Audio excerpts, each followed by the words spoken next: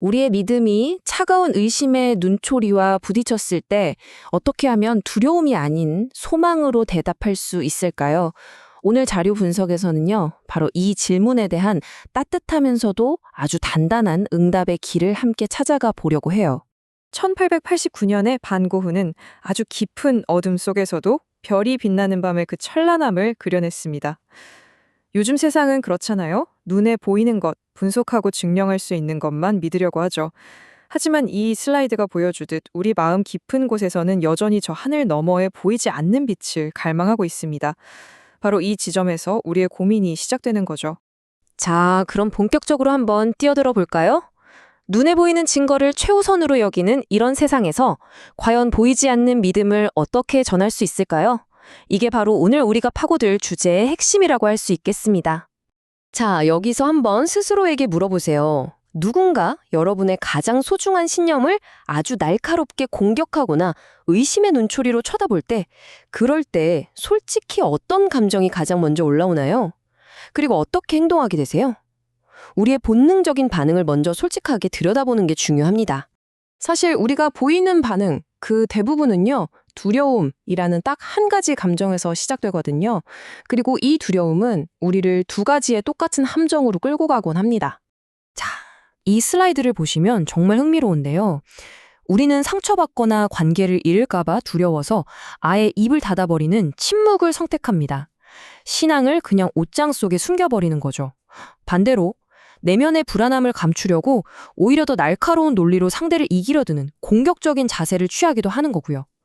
하지만 이 두 가지 모두 결국은 두려움에 뿌리를 둔 우리를 고립시키는 반응일 뿐입니다. 왜 그럴까요? 그건 바로 우리가 대화하는 상대방의 진짜 모습이 이 빙상 같기 때문이에요. 겉으로는 과학적 확신과 독립성으로 단단히 무장한 것처럼 보일지 몰라도 그 차가운 물 아래에는요, 치열한 경쟁과 피로감, 그리고 아주 깊은 외로움이 숨겨져 있습니다. 우리가 마주한 사람은 완고한 논쟁 상대가 아니라 사실은 거대한 불안과 싸우고 있는 외로운 영혼일 수 있다는 겁니다. 자, 그럼 어떻게 해야 할까요? 이제 문제에서 해결책으로 한번 넘어가 볼게요. 논쟁에서 이기는 게 목표가 아니라 한 영혼에게 소망을 나누는 것을 목표로 하는 새로운 소통의 틀을 한번 살펴보겠습니다. 자, 이 구절은 단순히 성경 구절을 넘어서 아주 강력한 소통 전략의 기초 원리를 담고 있습니다. 여기서 우리는 세 가지 아주 중요한 아이디어를 발견할 수 있는데요. 이게 바로 우리가 앞으로 만들어갈 새로운 틀의 단단한 기둥이 될 겁니다. 자, 그럼 이 새로운 틀을 세 개의 기둥으로 나눠서 한번 구체적으로 살펴볼게요. 이걸 하나씩 따라가다 보면 우리의 대화가 어떻게 완전히 달라질 수 있는지 아마 분명하게 보이실 겁니다. 그러니까 첫 번째 기둥은 이겁니다. 바로 두려움보다 소망을 선택하는 거예요. 다시 말해서 대화의 출발점이 내가 상처받으면 어떡하지 하는 두려움이 아니라 이 사람에게 희망을 전하고 싶다는 간절한 소망이 되어야 한다는 거죠.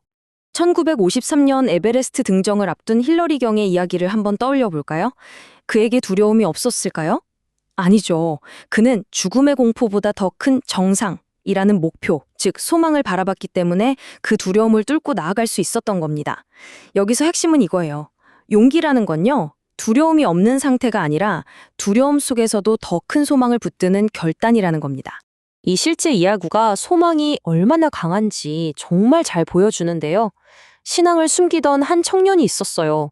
그런데 어느 날 동료가 어떻게 당신은 그렇게 흔들리지 않느냐고 물으니까 이 청년이 화려한 변증을 한 게 아니라 사실 저도 두렵지만 예수님을 믿기 때문입니다. 라고 떨리는 목소리로 고백했다는 거예요. 바로 그 꾸밈없는 진실함이 오히려 동료의 굳게 닫힌 마음을 열었습니다. 이건 우리에게 중요한 걸 알려줘요. 우리가 진짜 넘어야 할 산은 상대방의 논리가 아니라 바로 내 안에 있는 불안감이라는 걸요. 자, 이제 두 번째 기둥으로 넘어가 볼게요. 우리가 하는 말은 그 내용만큼이나, 아니 어쩌면 그보다 더 우리의 태도와 분위기가 중요합니다.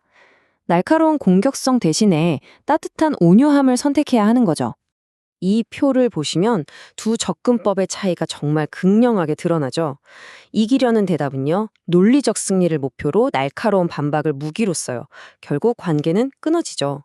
반면에 살리려는 대답은 영혼의 회복을 목표로 따뜻한 공감을 무기로 사용하고 결국 다친 마음을 두드리는 소만의 빛이 됩니다. 우리는 지금 과연 어떤 대답을 하고 있을까요?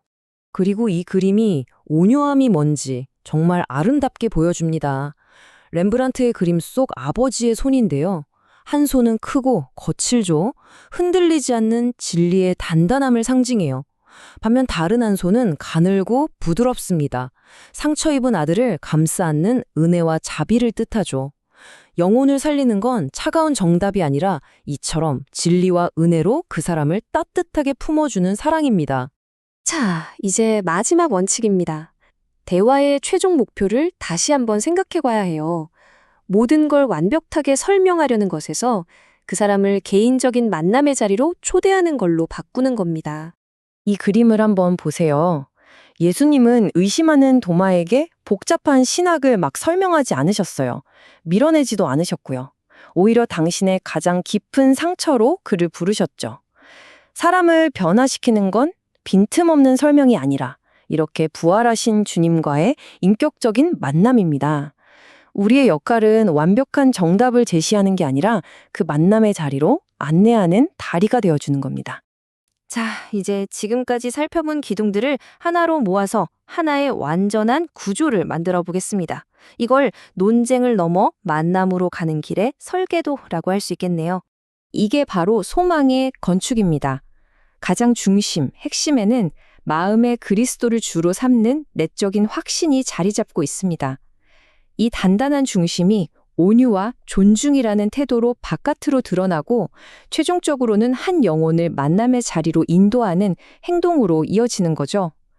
우리의 소망은 어둠이 없어서가 아니라 그 어둠 속에서도 주님이 함께 하시기 때문에 가능한 겁니다. 그리고 이 모든 과정이 딱 한 번의 대화로 끝나는 게 아니에요. 보시는 것처럼 이건 하나의 끊임없는 빛의 여정입니다. 세상의 위협 앞에서 두려움보다 큰 소망으로 담대하게 시작해서 온유함으로 답하고 결국 예수 그리스도를 통해서 공동체와 민족에게까지 그 빛이 전하는 그런 위대한 여정이죠. 기억하세요. 우리의 목표는 완벽한 대답을 내놓는 게 아니라 소망을 가지고 그 여정을 계속 걸어가는 겁니다. 오늘 이 이야기를 통해서 여러분 각자의 빛의 여정은 지금 어디를 향하고 있는지 한번 조용히 돌아보는 시간이 되셨으면 좋겠습니다.